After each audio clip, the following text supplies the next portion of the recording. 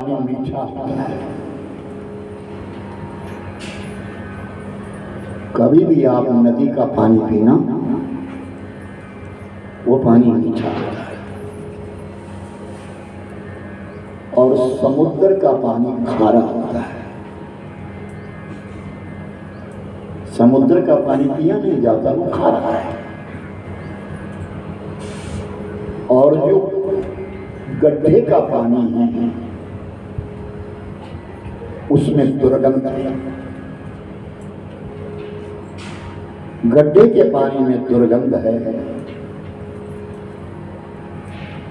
जो नदी का पानी है वो मीठा इसलिए क्योंकि वो बह रहा है। वो पानी बह रहा है, वो दूसरों को बांट रहा है। जो उसके पास आ रहा है उसको वो आगे बांट रहा है। समुद्र का पानी खारा है क्योंकि वो ले रहा है, वो देता नहीं किसी को, नहीं, वो अपनी पर खींच रहा है। गड्ढे का पानी एक जगह है, वो ना देता है ना देता। जो बांट रहा है वो मीठा है,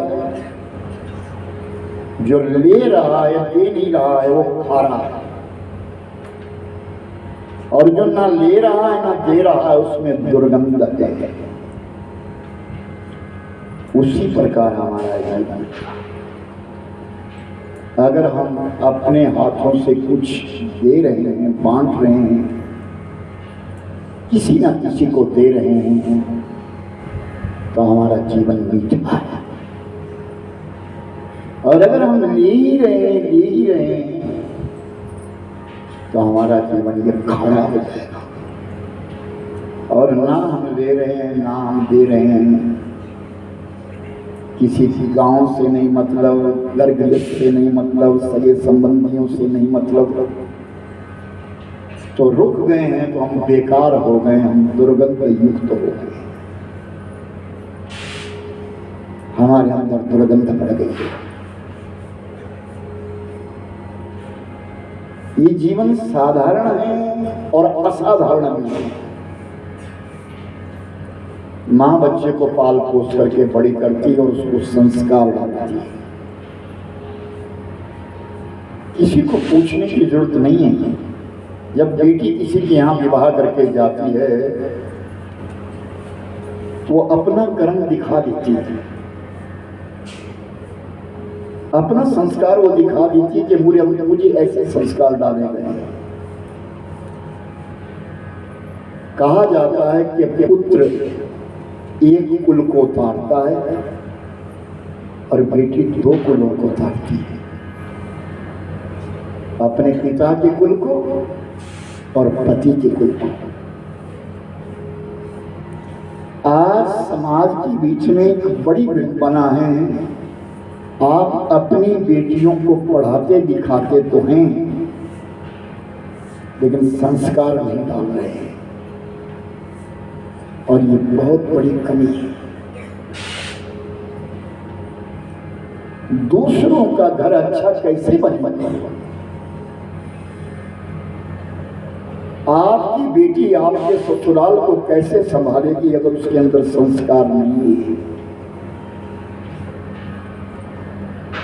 दिन में जो कन्या शादी करने के पश्चात 10 बार अपने माता से बात करती है, पिता से बात करती है, भाइयों से बात करती है, समझ लेना वो अपने घर को बसा नहीं सकती, चला नहीं सकती।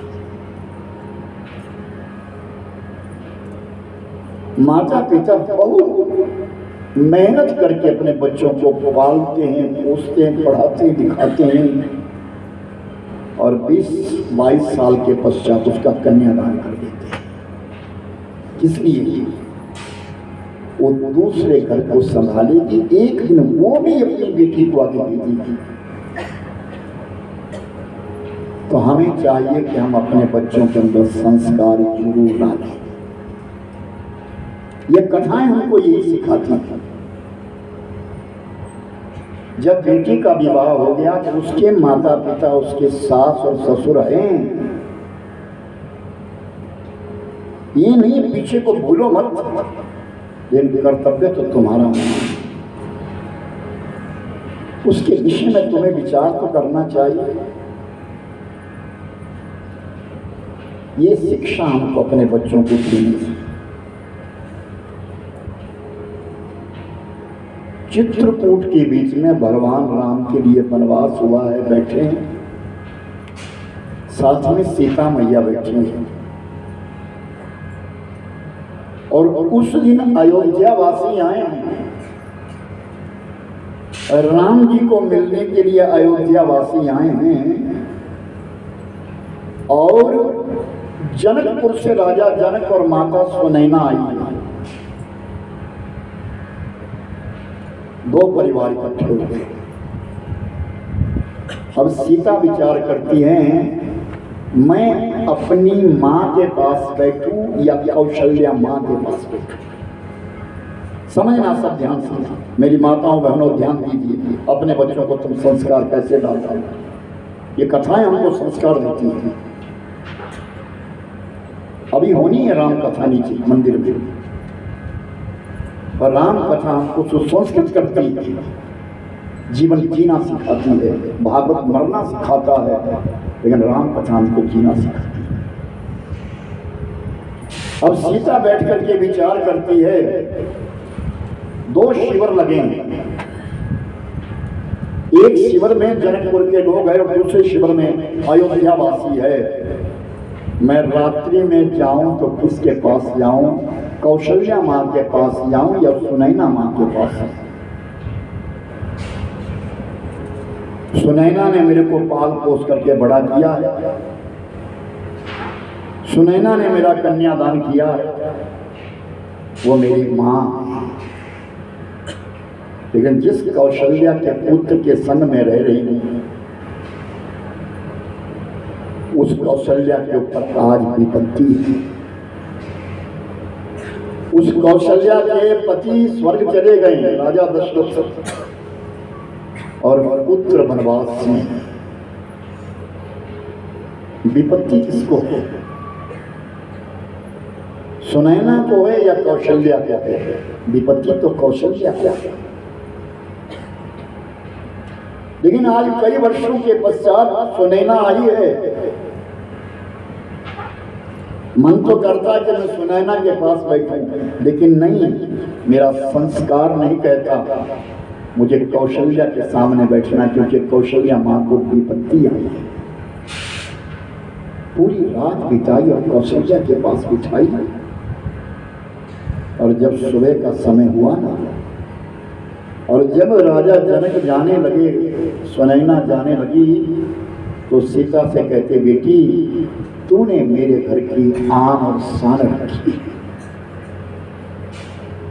यानी जो संस्कार मैंने तुम्हें डाले हैं तुम उस पर खरी उतरी।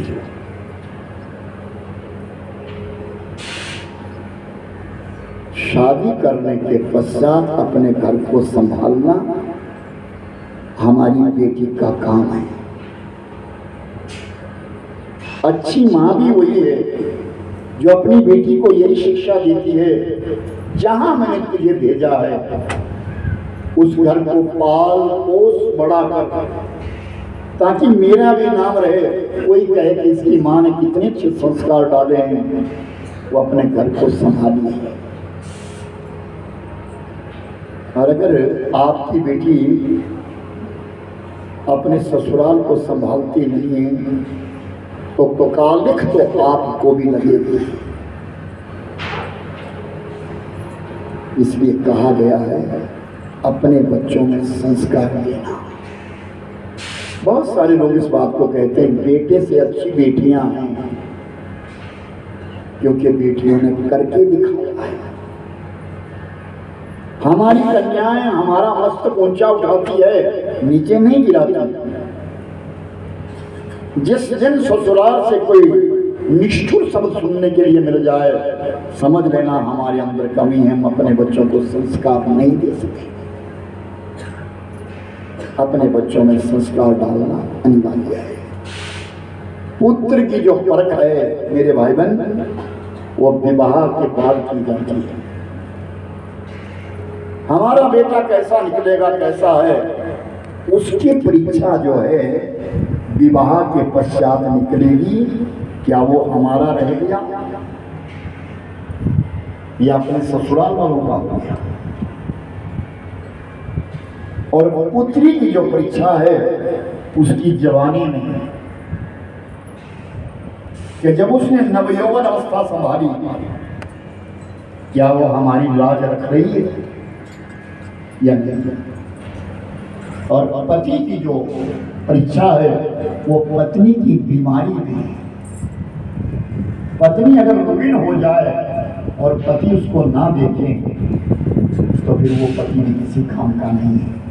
और पत्नी की जो परीक्षा है वो गरीबी के समय है, विपत्ति के समय है। तत्पश्चात कहा गया है मित्र की जो परीक्षा है वो मुसीबत के समय मानी जाती है, और भाई की जो परीक्षा है वो लड़ाई के समय मानी जाती है, और हमारी बहन की परीक्षा जायदाद के बंटवारे में की जाती है। हमारे जायदाद का जब बंटवारा होने लग जाए, अगर हमारी बहन आ जाए ऊपर से कहे हमें भी शब्द हो, तो समझ लेना उसके अंदर संस्कार नहीं डाल सकते। और हमारी औलाद, यानी संतान, बेटा बेटी, सब उनकी परीक्षा जो है बुढ़ापे में की जाती है। तुम्हें अपनी माँ से प्रीति हो, लगन हो, हम ये नहीं कहते कि नहीं है, उसके बुढ़ापे में जरूर देखो, उसकी बीमारी में जरूर देखो, लेकिन अपने घर को संभालो, अपने बच्चों को संभालो। ये भागवती कथा हम श्रवण तो कर रहे हैं, लेकिन अगर श्रवण करके भी अगर हमारे अंदर संस्कार उत्पन्न नहीं हुए तो फिर तो नीचे है। याद रखना, महापुरुष जो वचन कहते हैं उससे हमारा जीवन सुधरता है। भगवान मेरी नैया उस पार लगा, और अति गरीब है,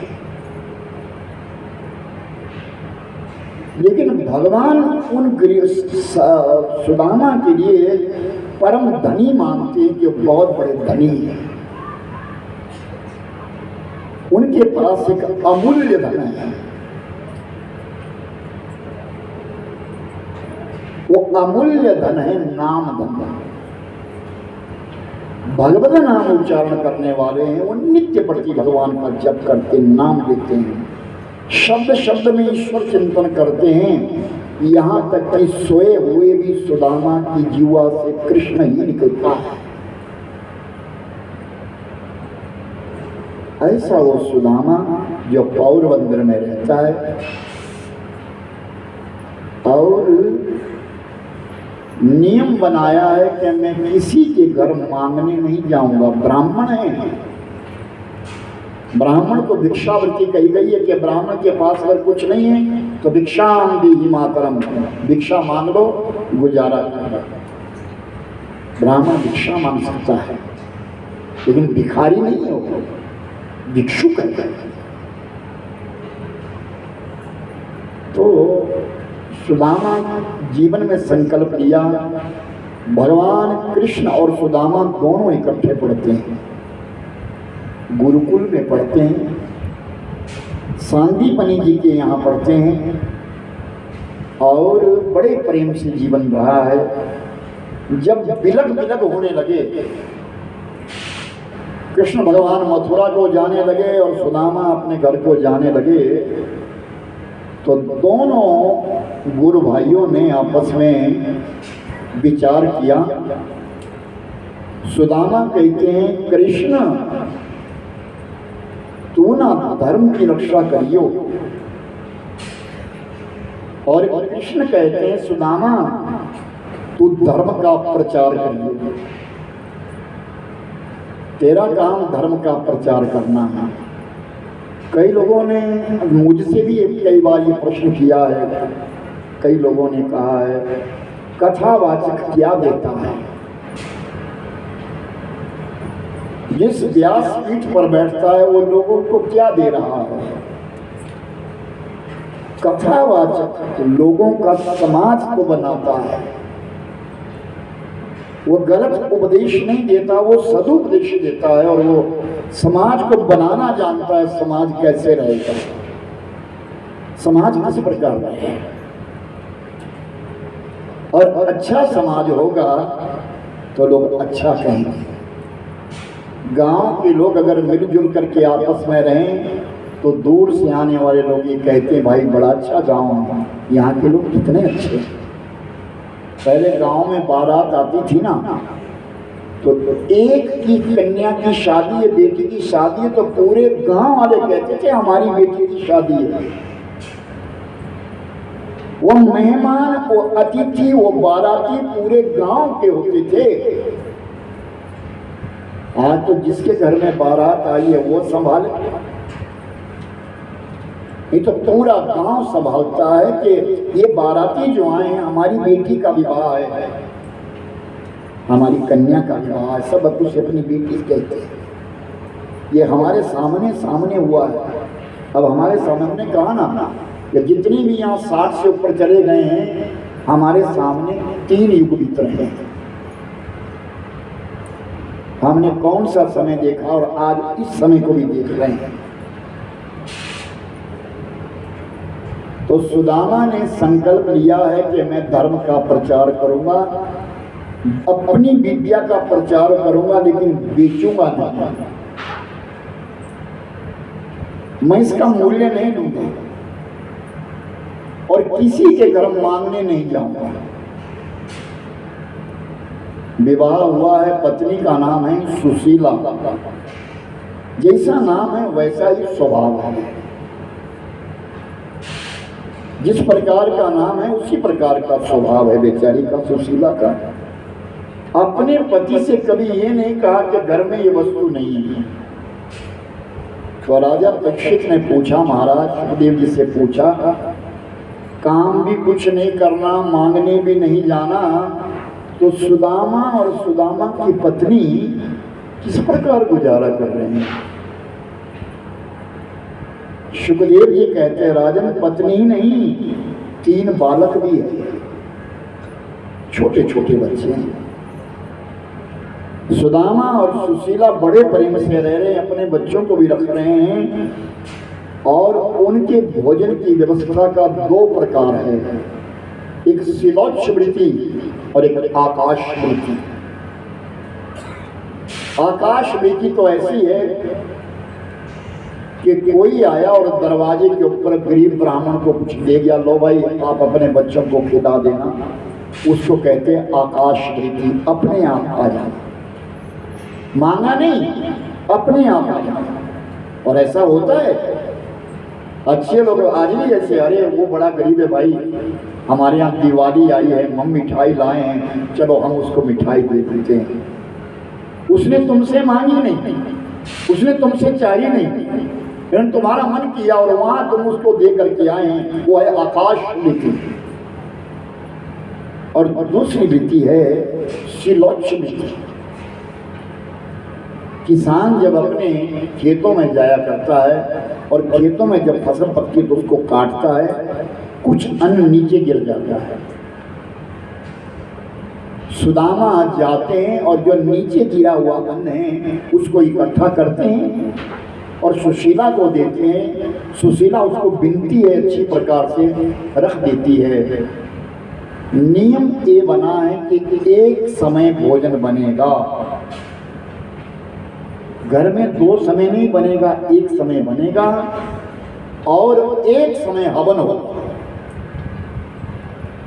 प्रातः काल सुदामा हवन करते हैं, सायंकाल 5 बर्तन परोसे जाते हैं, जो बना है जितना बना है वो बांट दिया जाता है।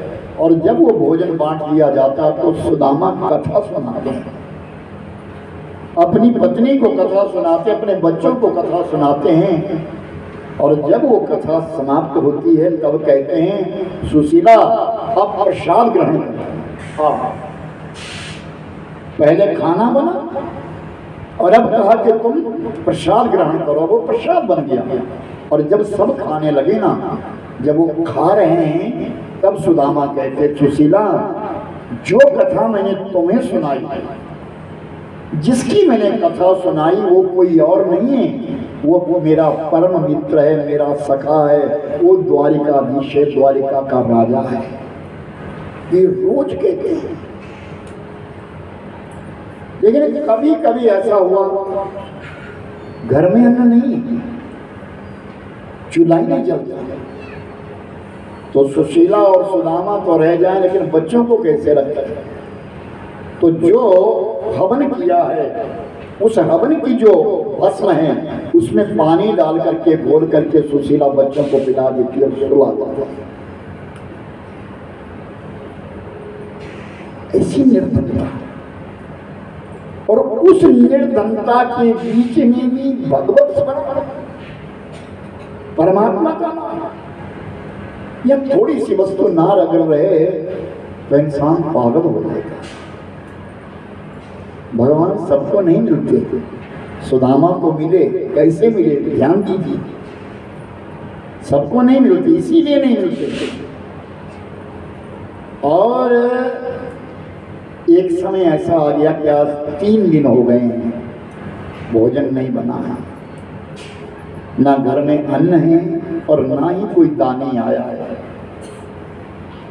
तो सुशीला ने शाम को, जब सुदामा बैठे, लेकिन कथा हुई, सोने से पहले कथा हुई, और जब कथा हुई तो सुदामा ने कहा, सुशीला, ये मेरे प्यारे मित्र की कथा है, मेरा कनुआ इस प्रकार का था, मेरा लाला इस प्रकार का था। तो सुशीला कहती है, कभी अपने मित्र को मिलकर के तो आओ, मैं तो रोज मिलता हूं,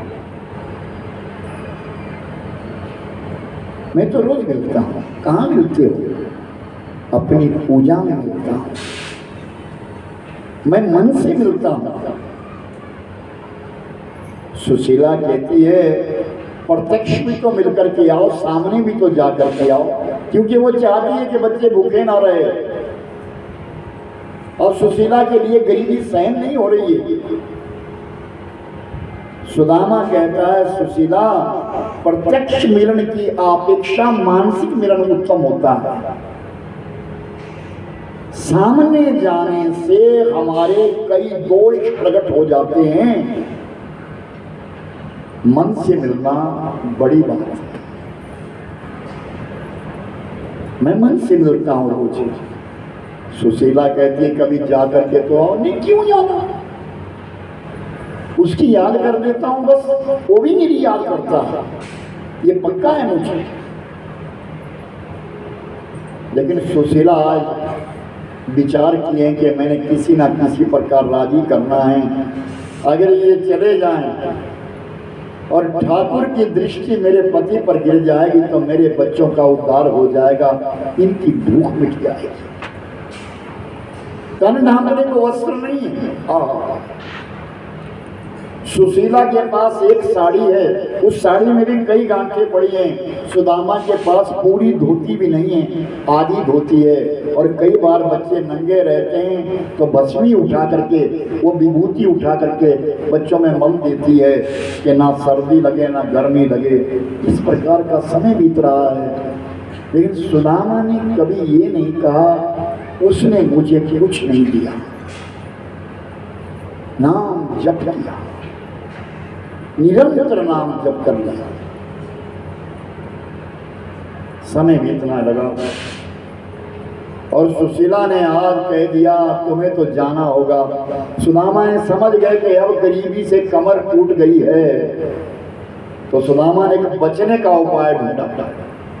क्या मैं वहां ना जा सकूं, ऐसा एक उपाय ढूंढा।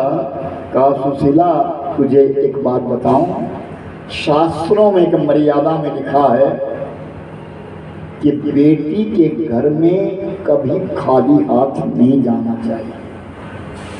ध्यान से सुनना सभी लोग, हमको एक कथाएं क्या सिखाती हैं। ये मनोरंजन नहीं है, मनमंजन है। हम यहाँ कुछ ज्ञान के लिए बैठे हैं। ये 3 घंटे हमारे जीवन का आधार है। कहा कि बेटी के घर में खाली हाथ नहीं जाना चाहिए, अपने राजा के यहाँ भी खाली हाथ नहीं जाना चाहिए, अपने गुरु के पास भी खाली हाथ नहीं जाना चाहिए, और भगवान के दरबार में भी खाली हाथ नहीं जाना चाहिए। और पांचवी बात और विशेष बात, अपने मित्र के घर में भी खाली हाथ नहीं जाना चाहिए। मेरा मित्र है, क्या दूंगा मैं उसके लिए? मैं खाली हाथ चला जाऊंगा, क्या दूंगा? और वो क्या सोचेगा मेरे लिए? वो समझ जाएगा ये गरीब है, और जब वो ये समझेगा कि गरीब है तो मेरा मित्र दुखी हो जाएगा। मैं अपने मित्र को दुखी नहीं देख सकता। अपना दुख नहीं है, उस मित्र का दुख है कि कहीं उसको दुख ना हो। जब मेरी गरीबी वो देखेगा तो उसको दुख हो जाएगा, इसलिए मैं उसके सामने नहीं जाऊंगा। सुशीला ने कहा, इस बात की चिंता मत करो, ये लेने देने वाली बात मैं संभालूंगी, आप तैयार हो जाओ, सुबह आपको जाना है, अपना मन बनाओ कि हमको द्वारिका जाना है।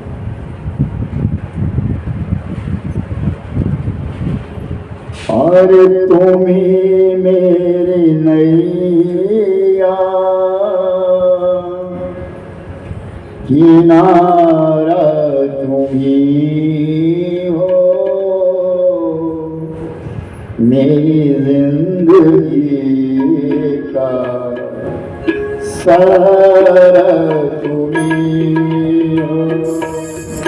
तुम्ही मेरी नैया किनारा तुम्ही हो, मेरी जिंदगी का सारा तुम्ही हो। तुम्ही मेरी नैया किनारा तुम्ही हो, मेरी जिंदगी का सारा तुम्ही हो। तुम्ही सूर्य बनकर चमकते हो प्यारे, तुम्ही बिजली बनकर कड़कते हो प्यारे।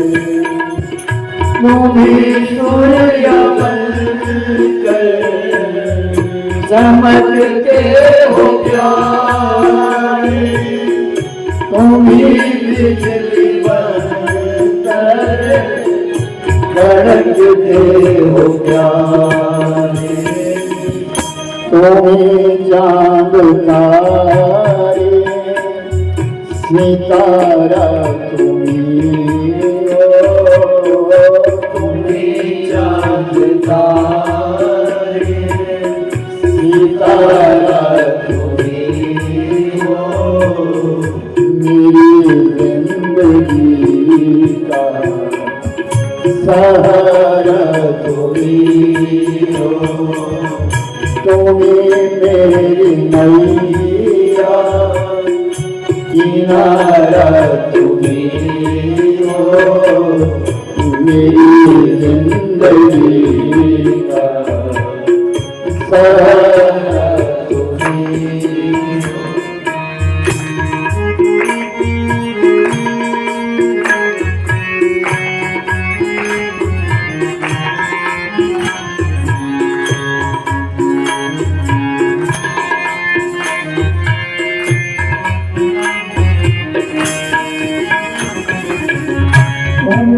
बनके बादल बरसते हो प्यारे, तुम्ही फूल बनकर महकते हो प्यारे। तुम्ही बनके बादल बरसते हो प्यारे, तुम्ही फूल बनकर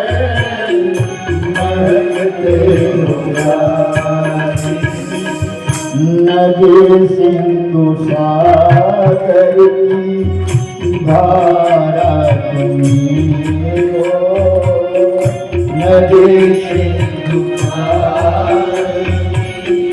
धारा तुम्हें हो, मेरी जिंदगी का सहारा तुम्हें हो, तुम्हें मेरी मैया किनारा तुम्हें हो, मेरी जिंदगी का सहारा तुम्हें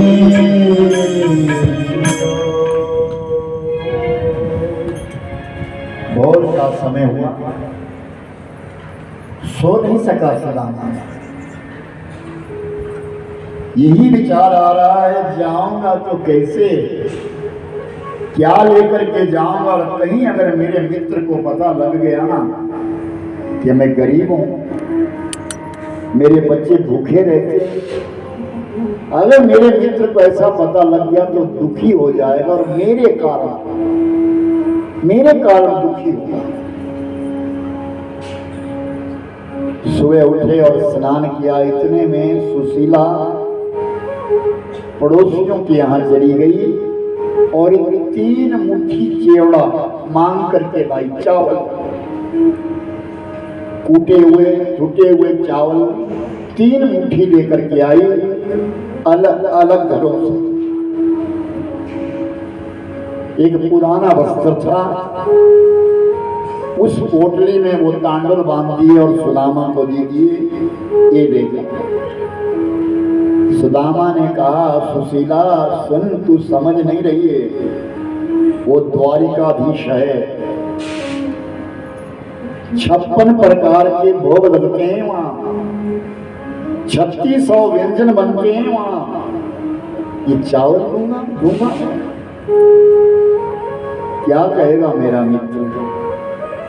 सुनो, आप एक काम करना, अपने मित्र को ये कहना, ये तुम्हारी भाभी ने दिया है, और कुछ बातें समझाई। ऐसा कहना कि तुम्हारी भाभी ने दिया है, अगर बेइज्जती होगी ना तो मेरी होगी, तुम्हारी नहीं। सुदामा चल पड़ा। कहते हैं कि जिस मानुष के पास गरीबी है उसका शरीर भी गरीब हो जाता है, जिसके पास गरीबी आती है उसका शरीर भी गरीब हो जाता है, वो तन से भी गरीब हो जाता है। सुदामा चल तो पड़े, लेकिन फटे हाल सुदामा। आधी धोती लगाई है, नंगे पांव हैं, मौजा पहनने को नहीं है, और कृष्ण शरीर है, एकदम पतला शरीर है, हाथ में लाठी ले ली और पोरबंदर से द्वारकापुरी का जो रास्ता है वो 7 दिन का है।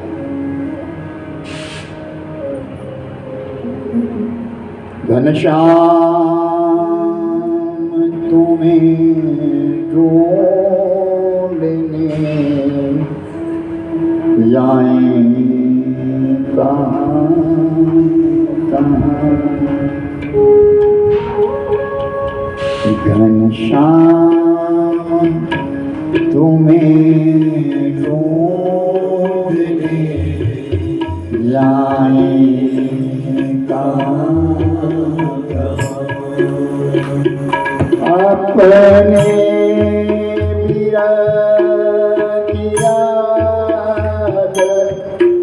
दिखाई कहाँ कहाँ, अपने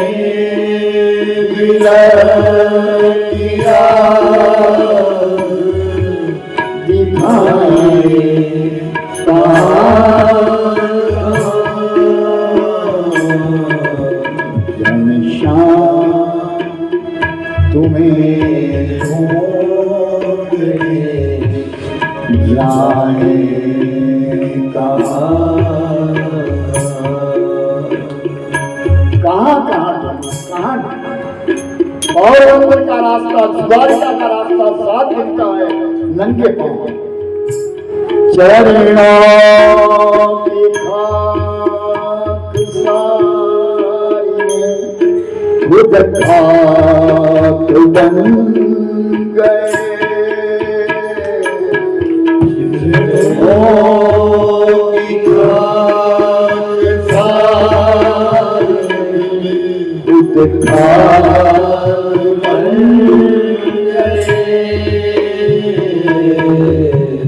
अब खाक पे हम खाक रमाए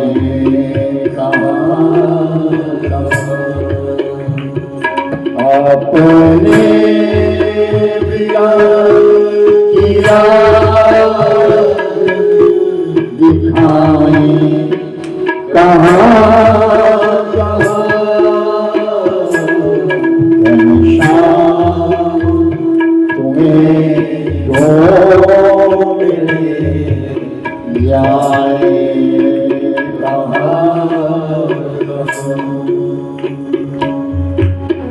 जो खुद मरीज है वो मरीज को क्या देखेगा? जो खुद मरीज है वो मरीज को क्या देखेगा? कहें जिनको तबीब देखते खुद बन गए जिनको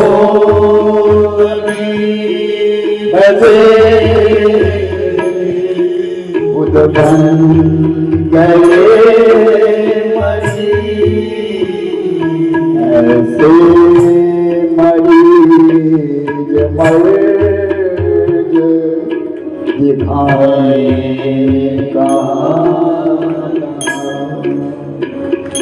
आपने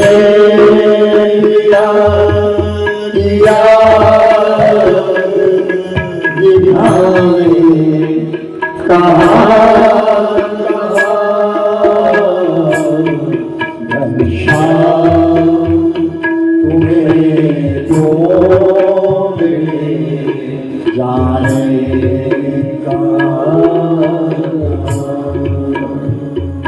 मेरे शाम तुम्हें जाए कहाँ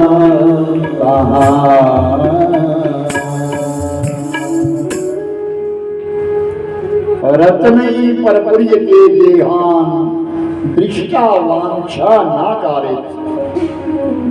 कहा जाता है कि दूसरे के घरों को रत्नों से भरा हुआ देख करके इच्छा मत करो।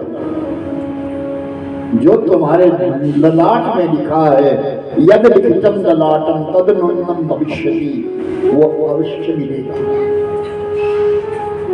जो तुम्हारे नसीब में है वो अवश्य मिलेगा, भाग्य में है बात करके आएगा। जो भाग्य में नहीं है वो अब मिल करके भी चला जाएगा। सुदामा इच्छा लेकर के जा ही नहीं रहे। धन पाने की इच्छा तो सुशीला की है,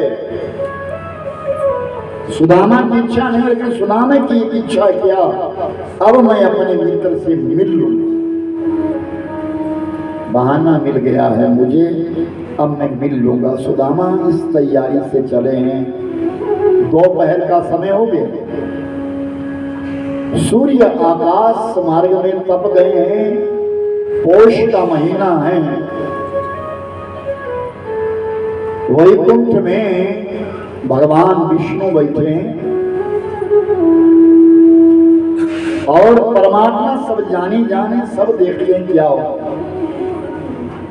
हर जय माधव जय कुंज बिहारी जय माधव जय कुंज बिहारी। जिह्वा के ऊपर ये शब्द है, सुदामा जा रहे हैं लेकिन जिह्वा पे यही शब्द कह रहे हैं।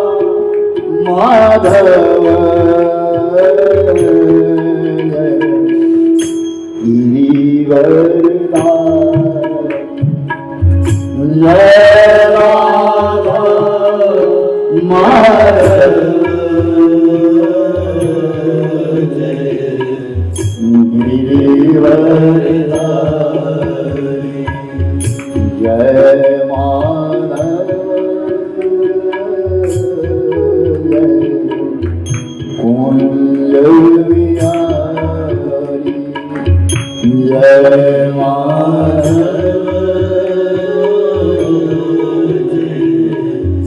वैकुंठ में भगवान बैठे हैं। गरुड़ से कहते गरुड़ जाओ, आज मेरा परम भक्त मेरे अवतार मिलन करने के लिए जा रहा है, जाओ। वो गिरने वाला है, वो गिर जाएगा, उसको मूर्छा आ जाएगी, जाओ अपने पंखों पर बिठाओ, उसे पता नहीं लगना चाहिए और द्वारिका में छोड़, उसे द्वारिका में छोड़ देंगे। इतना करना। ईश्वर जब भी कृपा करते हैं तो पता ही नहीं चलता। और गरुड़ आए, सुदामा जैसे गिरने वाले थे अपने पंखों पर निकाल लटा दिया, गरुड़ उड़ करके चले गए और सुदामा को द्वारिका नगरी के एक छोर पर छोड़ दिया और गरुड़ चले गए, पता ही नहीं चला। सुदामा की जब तंद्रा टूटी, मूर्छा जब खुली, तो सामने देखे भव्य इमारतें, बड़े बड़े महल देखे, सुंदर नगर जो सज्जित नगर देखा, मणि माणिक्य मोतियों की झालरों की मालाएं देखी। ये कहाँ आ गया? ये कौन सी जगह है? ये कहाँ आ गया? सुदामा चिंता में पड़ गए। तो किसी राहगीर से पूछा, भाई ये कौन सी नगरी है? अरे ये द्वारिका है, क्योंकि द्वारिका में सुदामा जैसा कोई नहीं था। जो फटे हाथ सुदामा जी के थे वो द्वारिका वासियों के नहीं थे, द्वारिका वासी तो महीनों में रहने वाले थे। तो पूछा, भाई क्या बात है, तुम कौन हो? बोले मैं आया हूँ यहाँ, ये बताओ इस नगरी का नाम क्या है? द्वारिका। अच्छा अच्छा, ये वही द्वारिका है जहाँ मेरा कनुआ रहता है। कौन कनुआ? अरे वही गोकुल में रहने पड़ने वाला वो कनुआ। यहाँ कनुआ नहीं रहता भाई, यहाँ तो कृष्णचंद्र ठाकुर जी महाराज रहते हैं। और जब ये कहा ना कि कृष्णचंद्र ठाकुर जी महाराज रहते हैं, तो एक बार सुदामा को धक्का लगा। गरीबों को अमीरी बनते बनते नाम भी बड़े हो जाते हैं।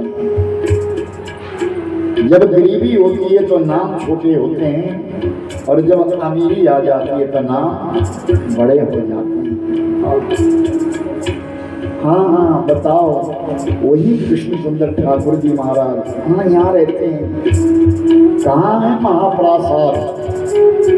उनका महल कहाँ है? आगे चले जाओ, जो सबसे ऊंची हवेली है वही हवेली हमारे राजा धीराज महाराज की द्वारिकाधीश हैं। सुदामा जाता जय महाराज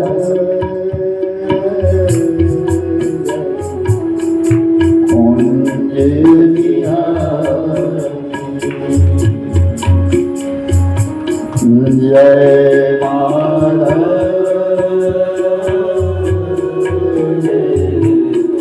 Kunj Bihari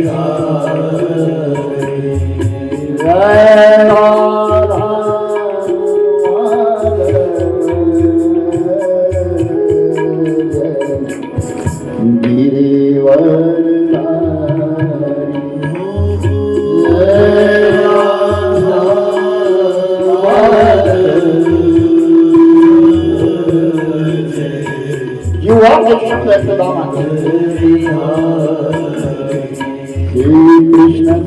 Krishna Jai Krishna Jai Krishna Shri Krishna Jai Krishna Jai Krishna Shri Krishna Jai Krishna Jai Krishna Shri Krishna Jai Krishna Jai Krishna Shri Krishna Jai Krishna Jai Krishna Shri Krishna Jai Krishna Jai Krishna Shri Krishna Jai Krishna Shri Krishna Jai Krishna Jai Krishna Jai Radha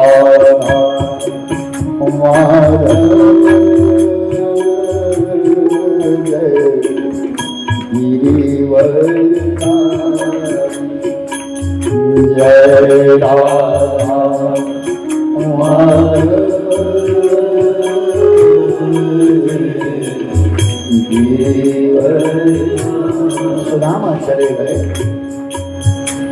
आगे जाकर के पहुंचे राजमहल है और महल के बाहर दो सेवक खड़े, दो पहरेदार खड़े हैं। सुदामा गए और सुदामा ने पहले दोनों हाथ जोड़ करके कहा, ठाकुर कृष्णचंद्र जी महाराज का महाप्रासाद यही है? हाँ यही है, मैं मिलने आया हूं उनसे, मैं बचपन का यार हूं उनका, मैं बचपन का मित्र हूं, मेरा नाम सुदामा है। जब इतना शब्द कहा तो दोनों पहरेदार थे और सुदामा के चरणों में प्रणाम करते हैं। चलो महाराज, हम आपको अंदर ले जाएं, हम आपको ठाकुर जी से मिलाते हैं, आप चलो। सुदामा ने कहा नहीं नहीं, लगता है अभी सभा लगी है। हाँ, मैं अभी नहीं जाना चाहता, मैं अभी नहीं जाना चाहता। अगर मैं चला जाऊंगा तो सभा विसर्जन हो जाएगी, मेरे मित्र का काम रुक जाएगा। ऐसा करता हूं, तुम एक काम करो, मिलने की इच्छा बहुत हो गई, कई वर्ष हो गए देखा नहीं है, लेकिन अब जब यहाँ आ गया हूं तो इच्छा तीव्र हो गई है, कोई झरोखा खोल दो, कोई झरोखा खोल दो ताकि उस झरोखे से मैं झांक लूं, अपने मित्र की छवि को देख लूं, इतनी कृपा कर दो। तो मुख्य दरवाजे पे झरोखा नहीं था। सेवकों ने कहा, बाबा झरोखा तो नहीं है, तो कोई बात नहीं, मैं इंतजार करता हूँ। दीवार का सहारा लिया सुदामा ने और धीरे धीरे नीचे बैठे, और जैसे सुदामा नीचे बैठे, सुदामा को नींद आ गई। तो उन सेवकों ने अपना दुपट्टा लिया और दुपट्टा लेकर के जब हवा करने लगे और सुदामा के मुख के पास जब अपना कान गया तो आवाज आई सुदामा के मुख से, सोए हुए सुदामा के मुख से आवाज आ रही है, जय श्री कृष्ण, जय श्री कृष्ण, जय श्री कृष्ण। अचंभित हो गए। एक सोया हुआ व्यक्ति, गहरी निद्रा में सोया हुआ व्यक्ति हमारे ठाकुर का नाम ले रहा है, ये कौन आया है?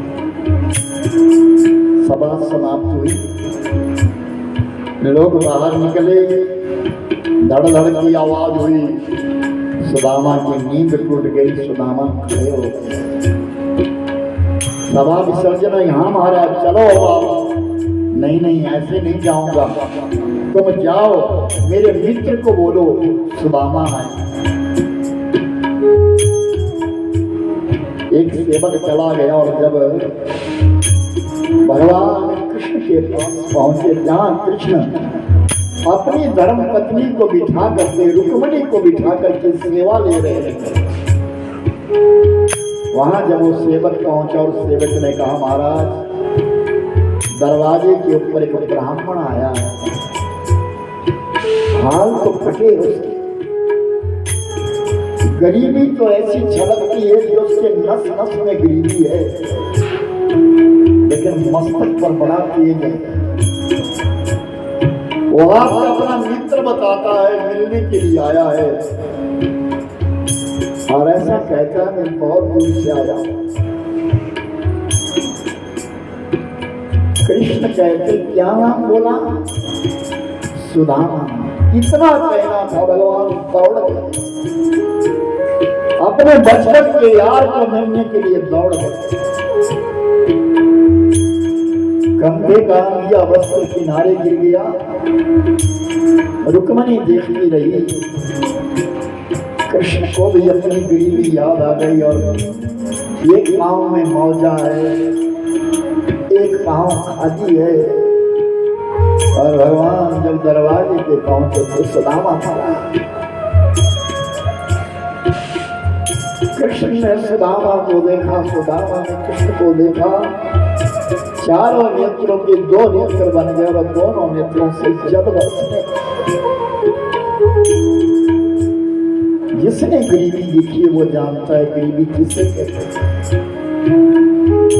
जिसने जीवन में कभी गरीबी देखी नहीं उसे क्या मालूम है। मेरे साथ पढ़ने वाले जब मेरे कमरे में आते हैं ना, और जब मिलते हैं मेरे साथ, मुझे आए हुए 7 दिन हो गए, वो पुरानी बात तुरंत याद आती। अरे क्या गरीबी थी हमें, क्या था हमारे पास। आज उस मालिक ने हमें सब कुछ दे दिया है, तो क्या हम उन बातों को भूल जाएं? क्या हम उन खेतों को भूल जाएं? ना हम उस समय को भूल जाएं? नहीं, ये हमारा जीवन का वारा नहीं है। मेरे भाई बहन आज तो सब बासमती खाते हैं, बहुत समय देखिए भोजन तो था पर कितनी मेहनत से मिलता था ये समय। आज तो बिना मेहनत का भी मिल रहा है। सुदामा और कृष्ण जब दोनों कंठ मिलेगा, बचपन की याद आ गई। सुदामा को पकड़ करके ले आए और अपने पदम के ऊपर बिठा दिया, अपने आप चरणों के पास बैठ गए। भगवान कृष्ण सुदामा को अपने पलंग पर बिठा दिया। सामने रुक्मिणी किनारे खड़ी हो गई। ये क्या हुआ? एक ब्राह्मण जो फटे हाल है, जिस ब्राह्मण के पास कुछ भी नहीं, ये कौन है? ये कैसा मित्र है? और जिसके सामने त्रिलोकी का स्वामी, 3 लोकों का मालिक चरणों में बैठा है, वो कौन आ गया? रुक्मिणी विचार करके, जब से मेरा विवाह हुआ ये तो कभी नहीं आया, ये कौन आ गया? कृष्ण कहते, रुक्मिणी जा पानी लेकर के आ, मुझे अपने मित्र के चरण धुलाने हैं, पानी लेकर के आ।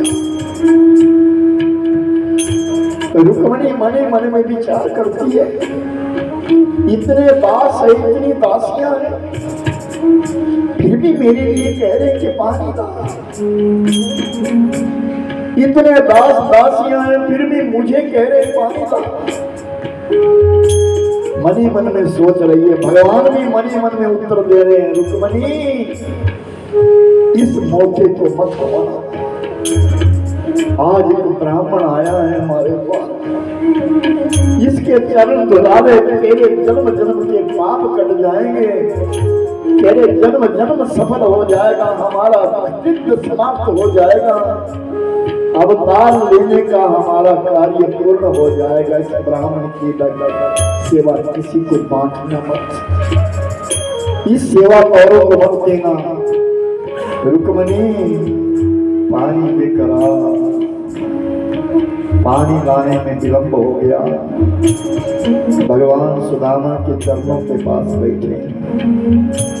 देखी सुदामा की दीन दशा, करुणा करके करुणा निधि रोए। अरे पानी परात को छूयो नहीं, नैनन के जब सौंप होए। जय माधव जय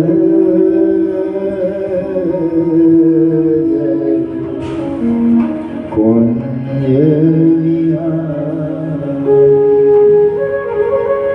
जय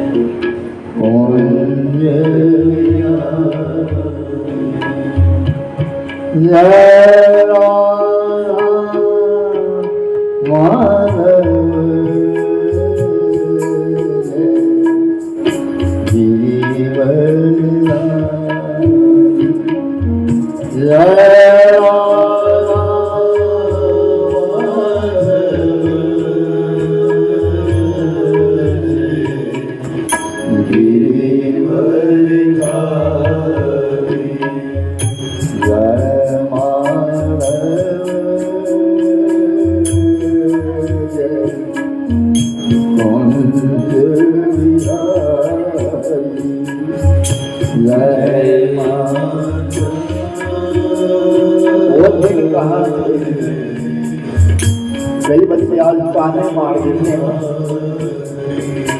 हमें तुमने पढ़ाया नहीं। वो माँ बाप कहाँ से पढ़ाते, जिनके पास भोजन कराने को पैसा नहीं था, भोजन की सामग्री नहीं थी, वो अपने बच्चों को बाहर कैसे पढ़ाते। हम अपनी बात करते हैं, हमारे पास इतना दर्द नहीं था कि हम अपने बच्चों को बड़े स्कूल में पढ़ा सकें, हमारे पास धन नहीं था। मेरे माता पिता के पास इतना धन नहीं था कि मुझे भी कहीं अच्छी गुरुकुल में पढ़ा सके, नहीं।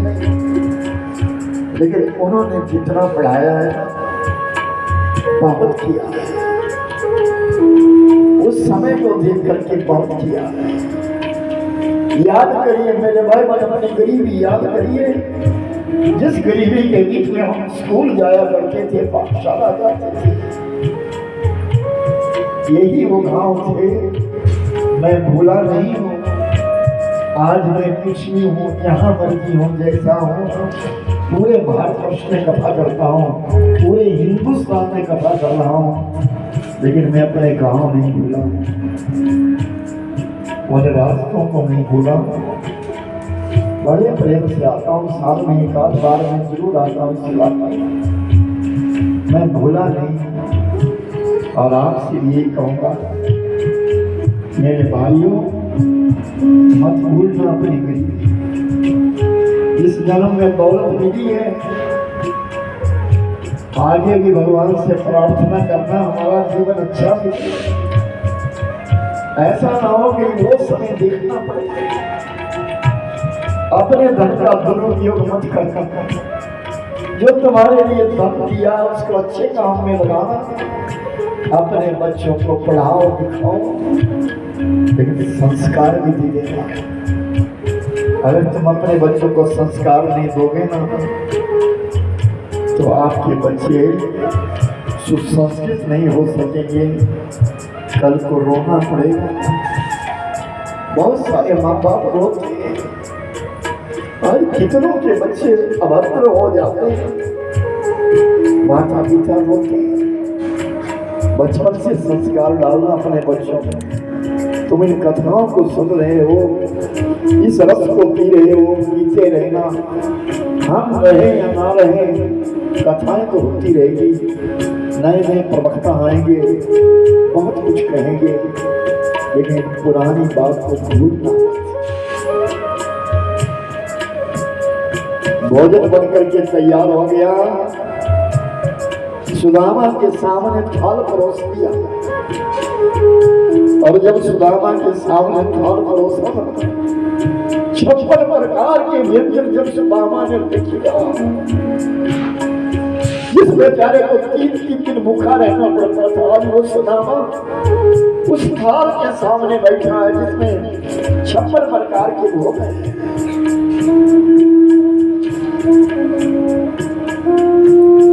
कदवा मैं नहीं खाऊंगा, ये मैं नहीं खाऊंगा। कृष्ण कहते सुदामा खाना, मैं नहीं खाऊंगा। क्यों? अगर मैं इसको खाऊंगा ना, मैं राजसी बन जाऊंगा, मेरी बुद्धि तेरा भजन करने में नहीं लगेगी, भूल जाएगा तू। इस खाने को खा करके, इस वैभव खाने को खा करके, इस भोजन को करके मेरा मन बदल जाएगा।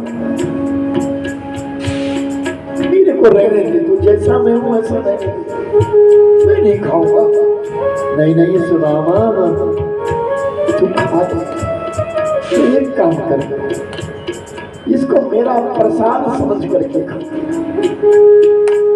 सुदामा, इसको मेरा प्रसाद समझ करके खा ले। तो सुदामा ने कहा, मित्र, अगर ऐसी बात है ना, तो जैसे हम बचपन में खाते थे वैसे खाएंगे, इकट्ठे खाओ, तू भी खाओ और मैं भी खाऊं। जब दोनों मित्रों ने वो प्रसाद ग्रहण किया, आज सुदामा धन्य हो गया। बचपन की वो याद आ गई। बचपन के बीच में कृष्ण और सुदामा एक ही पत्तल पर खाते थे, एक ही पत्तल, थाल नहीं थे गुरुकुल में, पत्तल थी, उन पत्ते पर खाते थे। आज वो गरीबी याद आ गई और पूरी रात सोए नहीं है दोनों मित्र। आज रुक्मणी उस कक्ष में नहीं सोई, रुक्मणी चली गई सत्यभामा के पास और आज कृष्ण और सुदामा दोनों उस सैया पर बैठे। आधी रात बीत गई, बचपन की यादें करते रहे, गुरु महाराज की यादें करते रहे, गैया मैया की यादें करते रहे, ब्रजबालिकाओं की यादें करते रहे। भोर का समय होने को आ गया, थोड़ी देर दोनों मित्र सो गए। सुबह अमृत बेला में सुदामा उठे, कृष्ण मुझे तो नहाना है कन्वा, मैं नहाऊंगा कहाँ? चिंता मत कर, मैं तुझे अभी पानी लेके आता हूँ। आज भगवान ने किसी भी नौकर चाकर दास दासी को अपने कक्ष के नजदीक भटकने नहीं दिया है ना, सारा काम मैं करूँगा।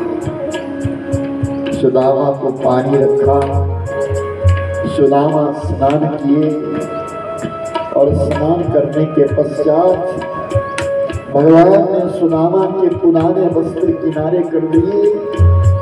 एक बड़ा सुखी धोती, पवित्र रेशमी धोती सुदामा को पहना और पीताम्बर उड़ा दिया और गले में मोतियों की माला पहनाई और सुदामा के मस्तक के ऊपर जब चंदन का तिलक करने लगे, पूजा करने लगे भगवान, ब्राह्मण आया है मेरे यहाँ, तो सुदामा के मस्तक के ऊपर लिखा था श्री क्षय, यानी दौलत तेरे नसीब में नहीं, श्री दौलत है, क्षय विनाश। भगवान कहते जो मेरी शरण में आता है ना, उसका नसीब तो मैं बदल देता हूं।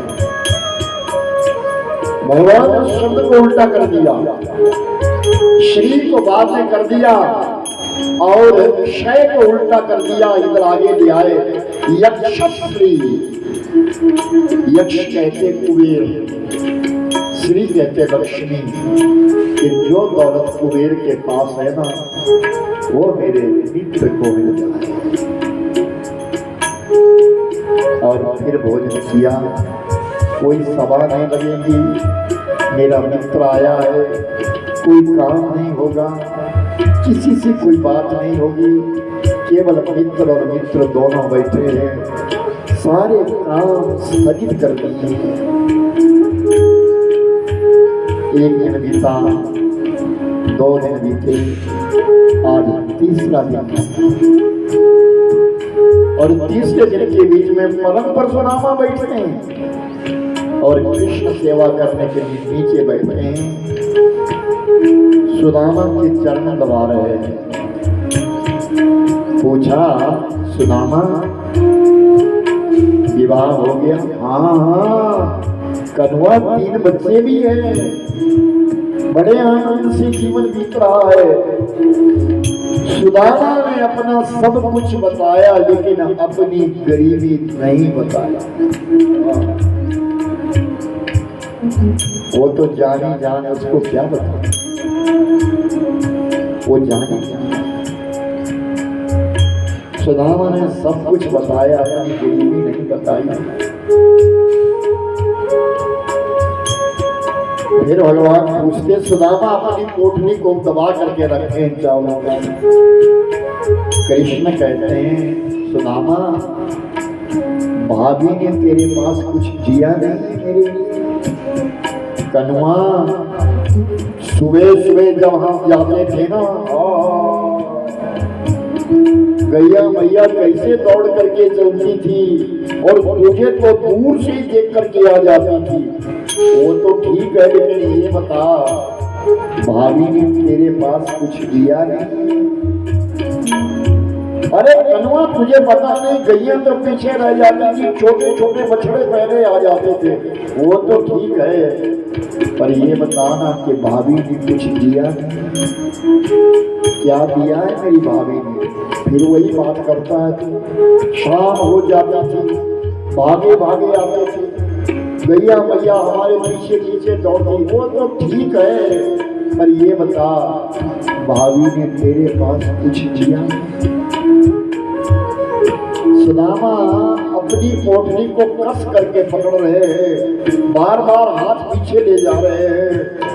तो कृष्ण पूछते सुदामा एक बात बता, तू ये हाथ अपना बगल में क्यों दबा रहा है बार बार? सुदामा कहते हैं सुन कनुआ, जिस समय मैं आ रहा था थोड़ा सा पांव फिसल गया था, तो मेरा ये हाथ नीचे लग गया, थोड़ा दर्द हुई इसमें। ओहो, कृष्ण कहते हैं मैं भी कितना पागल हूँ, मेरे को पता ही नहीं चला। तेरे पाँव नहीं, तेरे पाँव दबाना, हाथ दबाना चाहिए। जोर से हाथ खींचा, भगवान ने हाथ खींचा, पोटली फट गई, दाना दाना दाना दाना सब बिखर गए। और फर्श के ऊपर जब दाना दाना बिखरा, अलग अलग दाने स्पष्ट नजर आ रहा है, एक घर के चावल नहीं, कई घरों के चावल है। भगवान ने चावल इकट्ठे किए, सुदामा के नेत्र झुक गए, सुदामा के नेत्र झुक गए, जो नहीं होना था वो हो गया। मेरी गरीबी का पता इस गोपाल को लग गया, मेरे मित्र दुखी हो गया, मेरे कारण मेरा मित्र आज दुखी है। और भगवान ने एक मुट्ठी उठाई, मुख में डाली, दूसरी मुट्ठी उठाई, मुख में डाली। जब तीसरी मुट्ठी को उठाने लगे तो रुक्मिणी दौड़ गई, समा नहीं सकेगी, रुक जाओ। सुदामा कुछ समझे नहीं और चावल किनारे कर दी। फिर कृष्ण कहते सुदामा भाभी ने कुछ कहा नहीं, और सुदामा ने विचार किया वो छुपाना क्या है, अब तो कह देना चाहिए।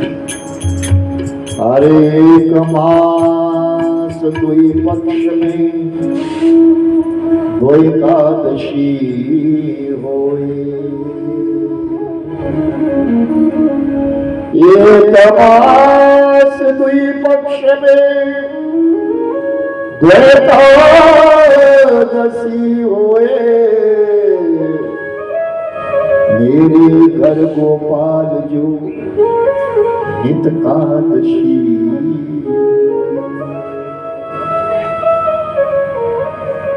एकादशी को लोग अन्न नहीं बनाते, एकादशी को तो बड़े घरों में चूल्हा भी नहीं जलता, व्रत होता है। कृष्ण एक महीने में 2 एकादशियां होती है, 2 पक्ष होते हैं, 2 एकादशियां होती है। लोगों के घरों में महीने में 2 बार चूल्हा नहीं जलता, लेकिन मेरे घर तो रोज चूल्हा ही नहीं जलता। बातों बातों में कह दिया, सुशीला ने जो कहा था कि एक मास दुई पक्ष में दो एकादशी होए, और मेरे घर गोपाल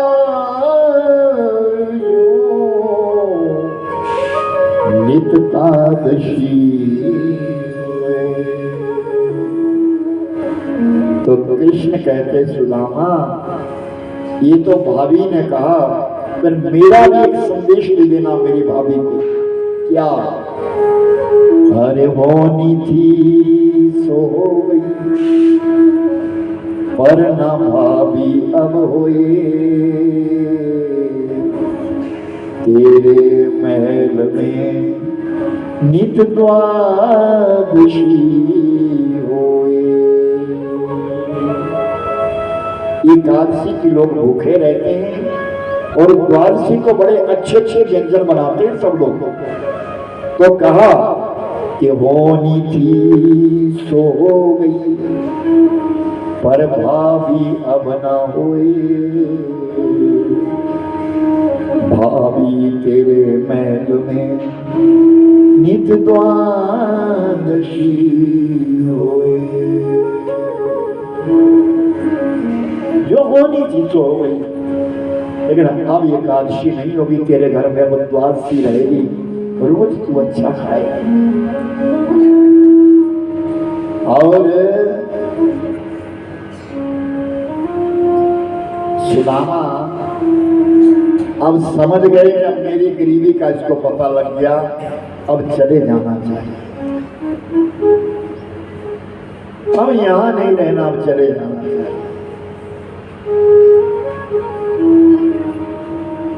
कनवा में चल, बोले हाँ अब तुझे जाना चाहिए। इतना कहते ही सुदामा को अपने बच्चे याद आ गए। ओहो, वो तो 3 दिन से भूखे थे, वहां तो कुछ था ही नहीं। सुदामा ने अपनी लाठी उठाई, झोला भी नहीं था, और चल पड़ा। रुक, भगवान परीक्षा देते हैं मेरे भाई बहन, ध्यान रखना। सुदामा ने मन में विचार किया, हो सकता है इसको मेरी गरीबी का पता लग गया, कुछ देता होगा मेरे लिए, तो ले चलूंगा बच्चों के लिए। बोले अपना सेवक बुलाया। सुदामा ने जो कपड़े पहने ना, ये जो मणि माणिक के मोतियों की माला पहनी ना, इसको उतार। जिस रास्ते से जाएगा ना, बड़ा घना जंगल है, वहां चोर लुटेरे रहते हैं, कहीं किसी ने अगर मेरे मित्र को मार दिया ना तो मैं मित्र से वंचित हो जाऊंगा, इसलिए इसके पुराने कपड़े ले आओ, पहना दो, पुरानी माला दे दो। अब ये जाना चाहता है, ये परीक्षा है। जब देता है तो छप्पर फाड़ के देता है, और जब लेने पे आ जाता तो चमड़ी भी उधेड़ देता है। सुदामा ने कहा मनी मन में, कनवा कोई बात नहीं, तू बड़ा कंजूस है, कोई बात नहीं। और जब फिर सुदामा जाने लगा ना, कहा रुक, ऐसे कैसे जा रहा है? बोले अब वो सोचे कि शायद अब कुछ लाने को बोले, जब ले आओ इसको कुछ दे दो जाना, लेकिन नहीं। रुक्मणी से कहा चलो रुक्मणी, चरणों में प्रणाम करो इस ब्राह्मण के। ऐसा ब्राह्मण दुनिया में चिराग लेकर के मिलेगा नहीं कि इतनी बड़ी गरीबी काटी और फिर भी कभी मुझसे ये नहीं कहा कि मेरे घर में कुछ नहीं। रुक्मणी आई, ये तुम्हारी भाभी है सुदामा, आशीर्वाद देना इसको। और रुक्मणी ने जब प्रणाम किया, 10 पुत्र भवा, जाओ तुम्हारे 10 पुत्र। और पीछे सत्यभामा आई, बोले कन्वा ये कौन है? ये भी तेरी भाभी। अच्छा, 2 शादियां कर रखी। बोले तू दे तो सही आशीर्वाद। फिर बोला 10 पुत्र भवा। उसके पीछे फिर 17 जी की बेटी सत्यभामा नगर जी की आ गई। ये कौन आए? पड़ोसियों को बुला दिया। बोले नहीं तेरी भाभी आए। बोले कितने विवाह किए, तू आशीर्वाद तो देता रहे। और जब 8 को आशीर्वाद मिल गया तो पीछे झांक करके देखा तो कतार लगी है। कन्हैया ये है कितनी? 16,108। इतनी विवाह की और मुझे बुलाया गया। कृष्ण कहते सुदामा सही हो गया, बस तो इतनों को मैं आशीर्वाद नहीं दूंगा। मेरे पास इतना समय नहीं है, मेरे बच्चे हैं छोटे छोटे, याद कर रहे हैं मुझे। तू एक काम कर, तो इनका पति है ना, हाँ, तो उठ, तू मेरे चरणों में प्रणाम कर। अरे क्या शक्ति होगी उस ब्राह्मण में, जो ब्राह्मण भगवान को कहता है कि तू और मेरे चरणों में प्रणाम करें। और कृष्ण उठे और सुदामा के चरणों में जब प्रणाम किया, यशस्वी भाव तेरी निरोगी काया होगी कृष्ण। अब सुदामा को छोड़ने के लिए भगवान खुद चले।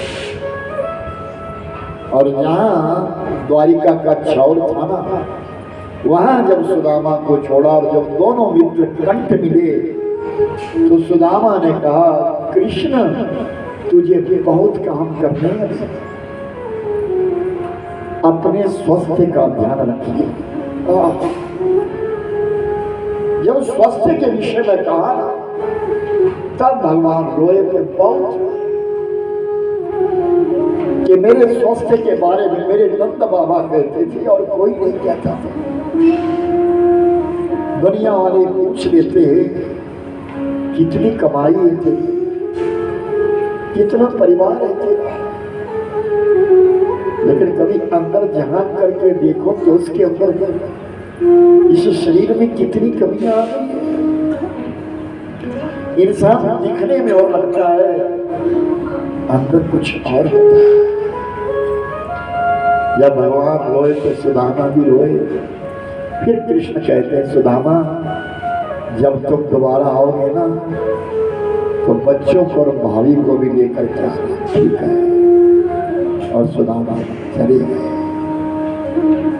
भगवान अपना छोटा मन करके अपनी द्वारिका में आ गए। सुदामा चले गए और सुदामा जाकर के सीधे जब पौरबंदर पहुंचे और पौरबंदर में देखा वहां कोई कुटिया नहीं है। यहाँ झोंपड़ी थी, कुटिया थी, वहां तो बड़े बड़े महल खड़े हैं। यहाँ क्यारियां थी, बिरवा लगी हुई थी, तुलसी लगी हुई थी, वहां हाथी घोड़े खड़े हैं।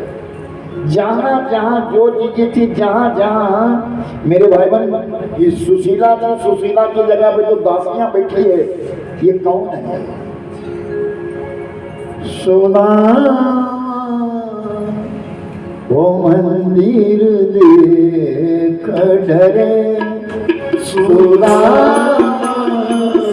मंदिर देख डरे, सोना मंदिर देख डरे, ये सोना मंदिर देख डरे। ओ यहाँ तो मेरी टूटी झोपड़िया, टूटी झोपड़िया, कंचन में खड़े, सोना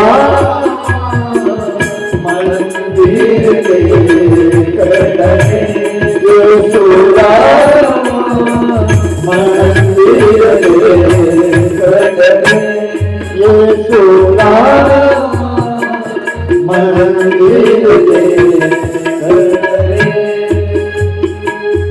यहाँ तो थी मेरी नारी सुशीला, यहाँ तो थी मेरी नारी सुशीला, यहाँ तो थी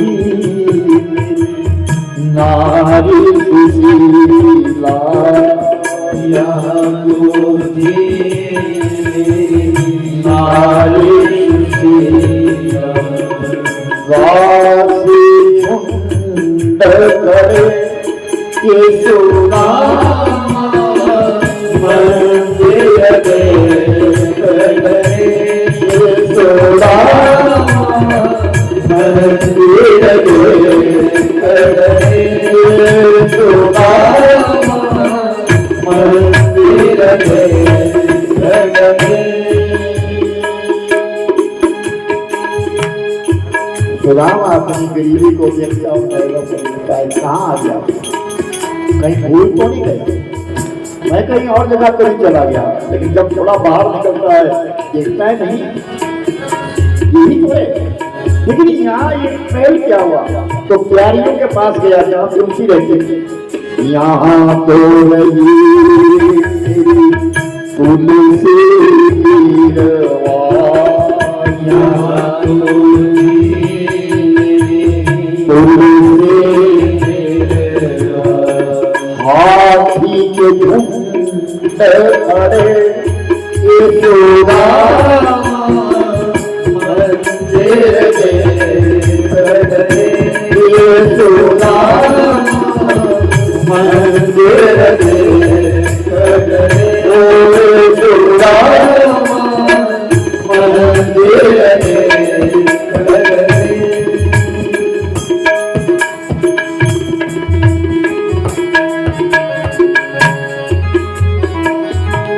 बच्चों ने कहीं देखी, बाबा बाहर आ रहे हैं, बच्चों ने देखा, भागे भागे गए और सुशीला के पास कंचन महल है, सोने का महल है।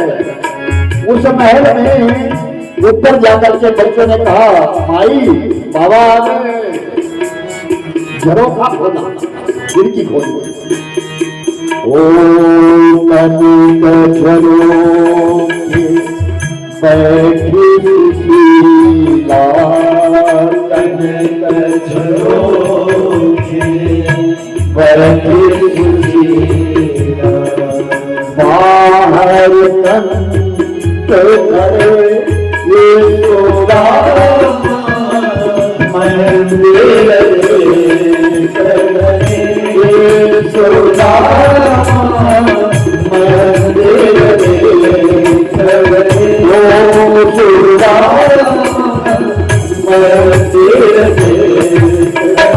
मंदिर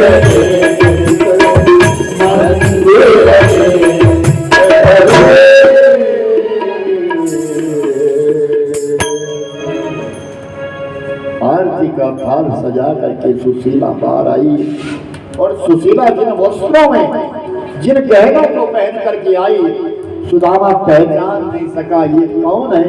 सुदामा भाग गया। जब सुदामा पीछे हटने लगा, सुशीला दौड़ी, रुको स्वामी रुको, रुको आप रुको। तब सुदामा रुक गया। सुशीला तुम?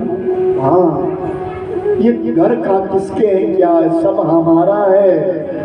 जिस दिन आप द्वारिका गए ना, उसी दिन एक विश्वकर्मा नाम का व्यक्ति आया।